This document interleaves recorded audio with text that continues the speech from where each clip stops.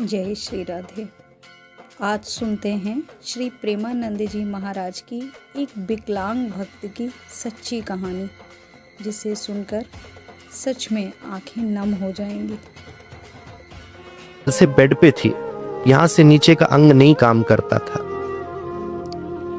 बहुत हमारे पास वीडियो आई, पूज्य प्रेमानंद जी महाराज को उसने कुछ वर्षों से सुनना शुरू किया। बेड पे पड़े पड़े भजन प्रारंभ किया, माला प्रारंभ करी, निकुंज लीला क्या है, कुंज लीला क्या है, निवृत्त निकुंज लीला क्या है, सबको जाना। और वीडियो में हमने शब्दों को सुना। गुरुदेव भगवान, आपके श्री चरणों में कोटि कोटि प्रणाम। हे गुरुदेव, श्री जी ने कृपा करके आपके श्री चरणों तक ना भेजा होता तो मेरा ये मनुष्य जीवन व्यर्थ ही गुजर जाता। आपकी बहुत कृपा है गुरुदेव, आप तो हृदय में ही विराजमान है, सब कुछ ही जानते हैं। अपने शब्दों को सुना, बहुत प्रयास किया, पूज्य महाराज जी का दर्शन उसको नहीं मिल पाए। परसों रात्रि में उसका शरीर शांत हुआ और ये राजस्थान प्रतापगढ़ की भूमि से आप पधारे हैं। और अंतिम इच्छा उसने यही करी कि मृत्यु के बाद ही कम से कम पूज्य महाराज जी की दृष्टि मेरे शरीर पर पड़ जाए और मेरा अंतिम संस्कार श्री धाम वृंदावन में हो। हमारे पास सूचना आई कल सुबह, हमारी धर्मपत्नी ने फोन आ गया 3 बजे, उन्होंने हमें 5 बजे बताया कि ऐसे ऐसे शरीर पूरा हो गया है, वृंदावन आ रहे हैं। मैंने कहा ठीक है, आने दो, 10, 12, 20 घंटे लगेंगे।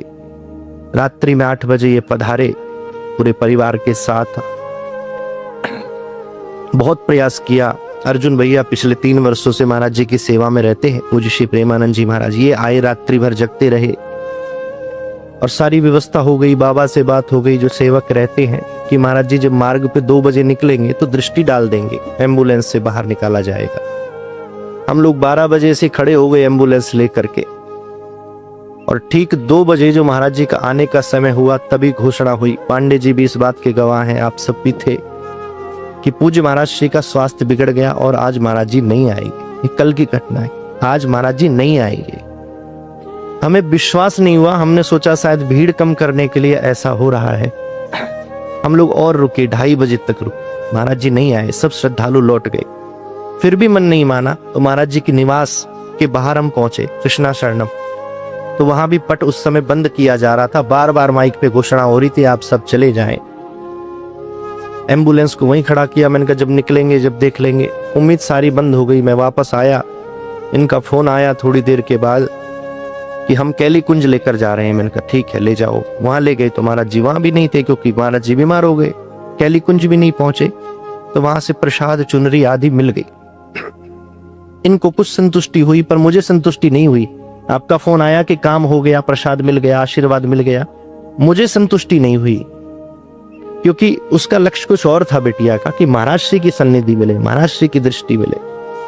सारी उम्मीदों पे पानी फिरा और सुबह 6 बजे मोक्ष धाम यमुना जी की ओर एम्बुलेंस ने प्रस्थान किया, आज सुबह 6 बजे।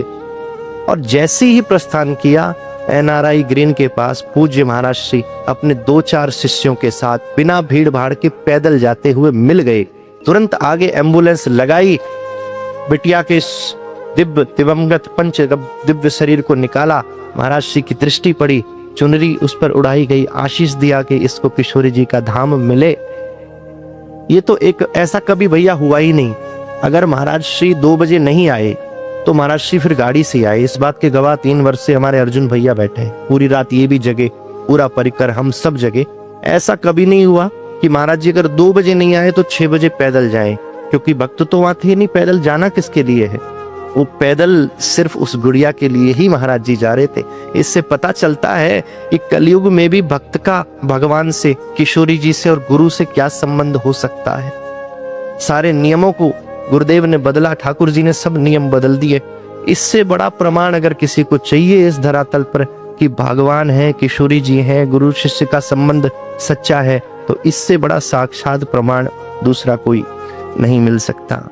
तो पूरे नियम से वृंदावन धाम में ही उसको विदा किया।